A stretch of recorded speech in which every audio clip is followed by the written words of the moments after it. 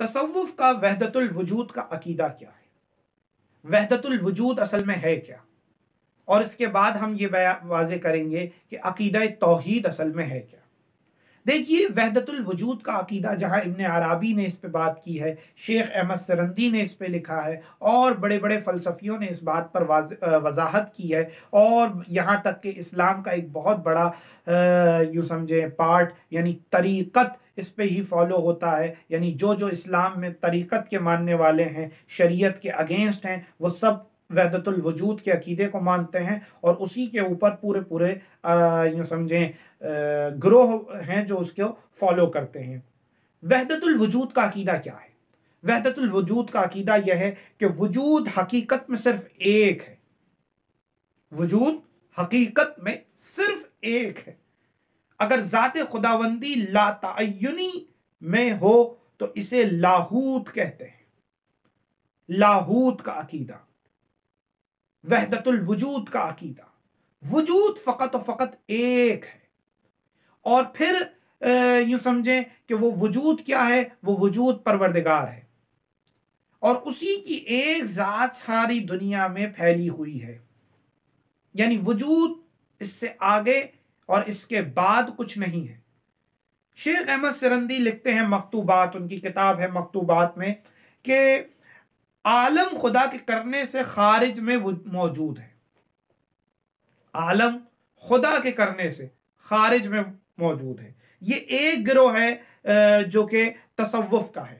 دوسرا گروہ کیا ہے کہ عالم خدا کا سایہ ہے لیکن عالم خارج میں موجود ہے، یعنی عالم کیا ہے؟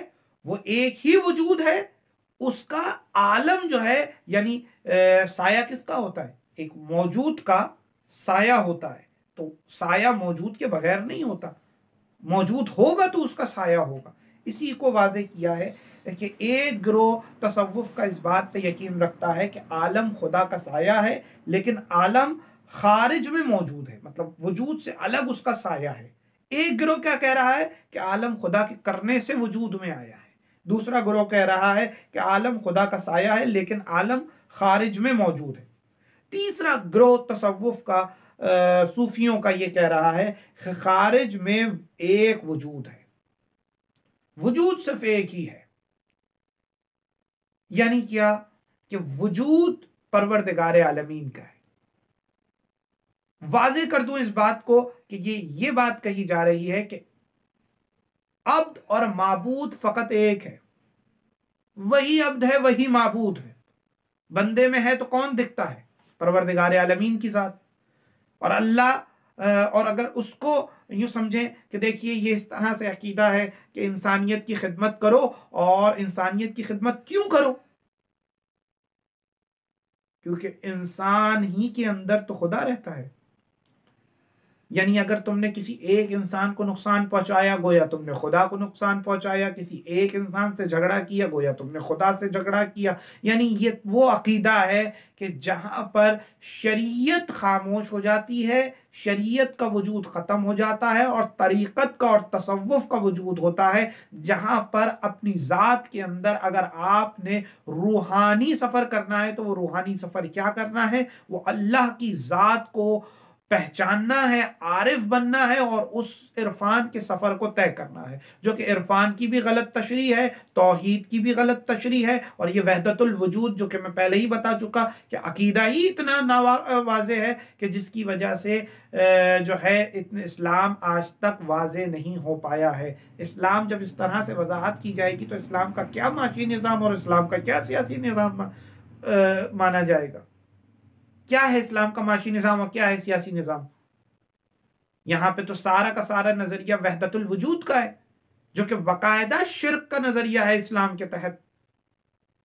اور پھر دیکھیے کہ وحدت الوجود کے نظریے میں تو ہم یہ بھی کہہ سکتے ہیں، جو کہ اکبر نے دین الہی قائم کرنے کی کوشش کی، کہ جہاں پہ واضح طور پر انہوں نے کہا کہ سب برابر ہیں، سب ایک ہیں، سب انسانیت ہے، اور انسانیت کی بات کی جائے۔ دیکھیے بات بہت اچھی ہے، لیکن سوال یہ ہے کہ اگر سب ایک ہی ذات ہے اور ایک ہی ذات ہر ایک کے اندر دیکھی جائے گی، تو سوال پھر یہ اٹھتا ہے، پھر آپ یہ بتائیں کہ اسلام اگر یہی ہے تو اسلام پھر بول کیوں رہا ہے؟ اسلام اپنا عقیدہ مٹا کیوں نہیں دیتا؟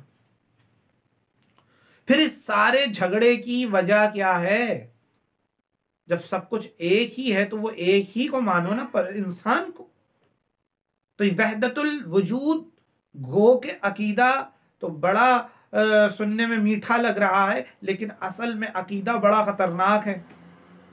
عقیدہ کسی اور طرف انسان کو لے جا رہا ہے، وہ دوسری طرف یہ ہے کہ وہ کفر کی طرف انسان مائل ہو رہا ہے اس وحدت الوجود کے عقیدے پہ عمل کر کے اور اس تصوف کے عقیدے پر چل کے۔ کیوں؟ کیونکہ دیکھیے اس کے متصادم میں جو عقیدہ ہے وہ کیا ہے؟ اس کے متصادم میں جو عقیدہ، دیکھیے اسی وحدت الوجود کے عقیدے کو، یعنی وحدت الوجود کے عقیدے کا مطلب یہ ہے کہ اسلام میں ایمان لانا اور ایمان نہ لانا سب کچھ برابر ہو گیا۔ بھائی ایک ذات سے اگر عشق کر لیا تو کافی ہے نا، عشق تو کوئی بھی کر سکتا ہے، طریقت پہ شریعت پہ کوئی چلے یا نہ چلے کوئی مسئلہ ہی نہیں ہے۔ بھائی یہاں پہ تو طریقت کے ماننے والے چل رہے ہیں نا، تو طریقت کے ماننے والے تو بھائی ہر دین میں ہیں۔ پھر نظاموں کا مسئلہ، قانون کا مسئلہ، اور اللہ کو ایک، دیکھیے اللہ کو اب یہاں پہ توحید کو میں واضح کر دوں کہ توحید کیا ہے۔ توحید اس دنیا میں اس عالم میں اللہ کو ایک ماننا ہے، سب کچھ کو اللہ نہیں مان لینا ہے۔ وحدت الوجود یہ کہہ رہا ہے کہ ہر چیز کو مٹا دو، فقط اللہ کو ہر جگہ سامنے لا کے رکھ دو۔ ہم کہہ رہے ہیں نہیں، سب چیزوں کا وجود اپنا خارجی اور ظاہری وجود الگ ہے، لیکن اللہ کی ایک ذات موجود ہے جو کہ ایک نظام اس دنیا میں بھیج رہی ہے اپنے پیغمبروں کے ذریعے، اس کے بعد اماموں کے ذریعے۔ دیکھیے یہ بات پھر بھی کچھ عقل میں آتی ہے اور ہم کسی کو سمجھا سکتے ہیں، ملحدین کو یہ بات ہم سمجھا سکتے ہیں کہ دیکھو بھائی، اصل میں اسلام ایک نظام ہے، ایک نظریہ ہے، ایک تھاٹ ہے، ایک فلسفہ ہے۔ اسلام کا عقیدہ توحید کا ایک فلسفہ ہے۔ عقیدہ توحید کا فلسفہ یہ ہے کہ توحید کو مانو، نبوت کو مانو، ولایت کو مانو، امامت کو مانو، خلافت کو مانو۔ یہ نہ کہ وحدت الوجود کو مانو اور سب کو مان لو۔ بھائی سب کو مان لو تو پھر اس کا مطلب ہے کہ پھر کسی پہ اعتراض کرنے کا آپ کیا وجود رکھتے ہیں؟ کس طرح سے آپ کسی پہ اعتراض کر رہے ہیں جب آپ نے سب کو مان لیا؟ جب سب کو مان لیا تو بات ختم ہو گئی۔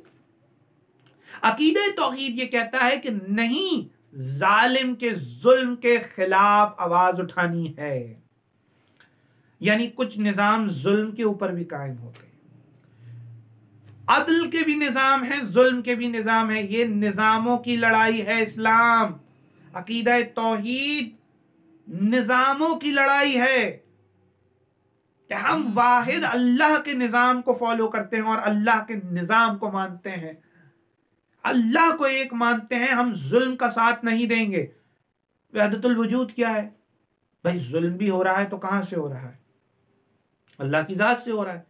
یہ باتیں شاعری میں تو اچھی لگتی ہیں، لٹریچر میں تو اچھی لگتی ہیں، لیکن اگر اس بات کو اوپر عقیدے بنا لیے جائیں گے تو وہ عقیدے بہت ہی کمزور ہوں گے، نامناسب عقیدے ہوں گے۔ ظاہر سی بات ہے بہت کمزور عقیدے ہوں گے، اس کو آپ کیسے مانیں گے اور کیسے ڈیفائن کریں گے دنیا کو، اور اس عقیدے کی تشریح آپ کیسے کریں گے، اس عقیدے کی آپ تبلیغ کیسے کریں گے؟ بھائی آپ پھر یوں سمجھیں کہ آپ بات کر ہی کیوں رہے ہیں جب آپ نے ایک چیز کو مان لیا کہ سب کچھ تو کیا ہے؟ ایک ذات ہے۔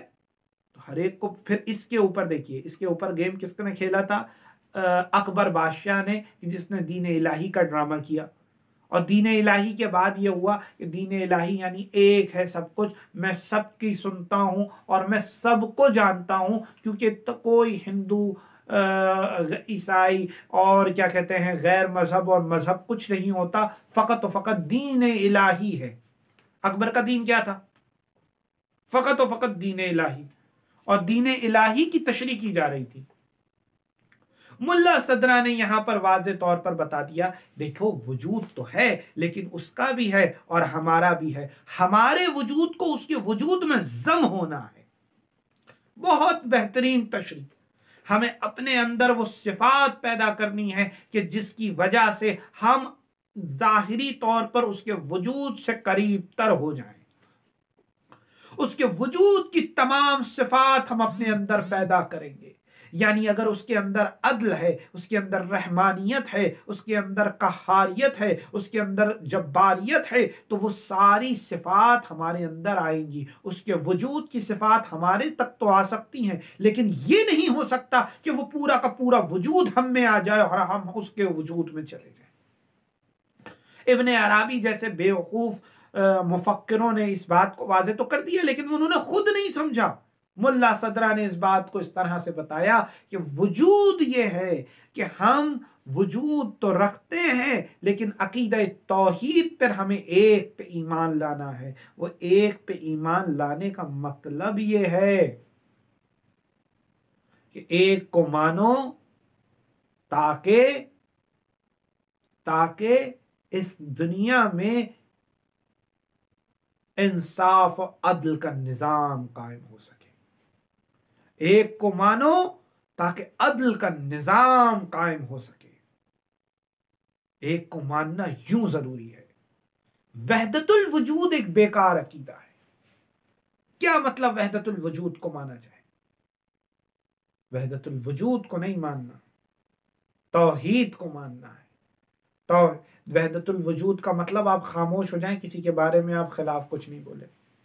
اور ہمارا دین کیا کہتا ہے؟ اشداء علی الکفار رحماء بینہم.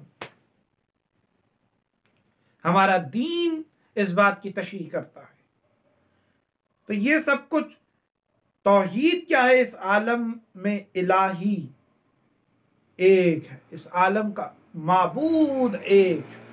یہ توحید کا عقیدہ ہے، اور اس عقیدے کے اوپر آگے چل کر بات کی جائے گی کہ جب وہ ایک ہے تو اس کا نظام ایک ہے، وہ چلانے والا ایک ہے. وہ اپنا نمائندہ بھیجے گا تو وہ ایک بھیجے گا، اور ہر دور کا ہادی موجود ہے. اور وہ ہادی جانے کے بعد نبوت ختم ہوگی تو امامت شروع ہو جائے گی. اور ہم آج کل امامت کے دور میں چل رہے ہیں.